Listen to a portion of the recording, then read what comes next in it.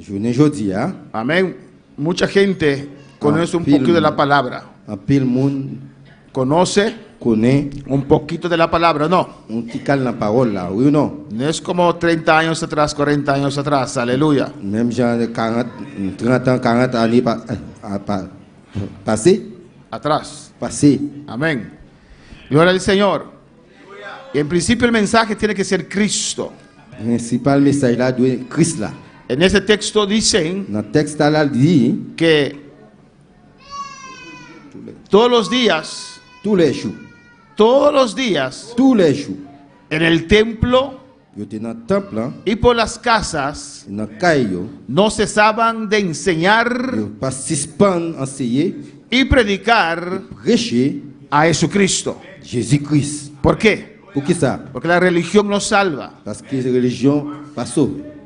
No salva. Religion pas sauvée.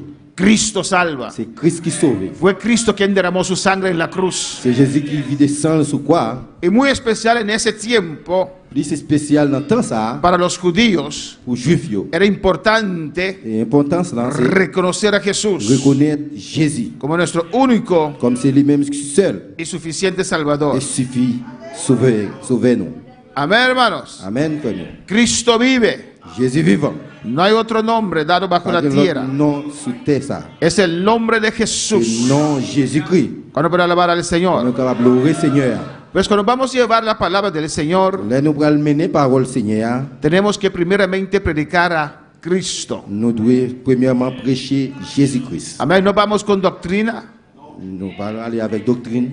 No llevamos doctrina. Nous ne allons pas mener doctrine, non? No llevamos una iglesia. Nous allons aller avec une église. Si nos identificamos, Nous ne sommes pas édifiés. si nos identificamos, Si nous ne pas édifiés, nous amén, pero llevamos a nous Jesucristo. allons mener Jésus-Christ. Cristo que nos salvó. Jésus-Christ qui t'a sauvé, nous. Cristo que nos rescató. Jésus-Christ qui t'a racheté, nous. A Él llevamos en el C'est evangelismo lui-même nous allons mener dans l'évangéliste. y por las casas, Dans le caillou, por donde quiera que vamos, tout côté que nous allons aller, predicamos pour prêcher, y testificamos pour témoigner de lo que Cristo ha hecho en nuestras de ça vidas. Jésus-Christ a fait dans la vie. nous. Amén, hermanos. Amen, frère.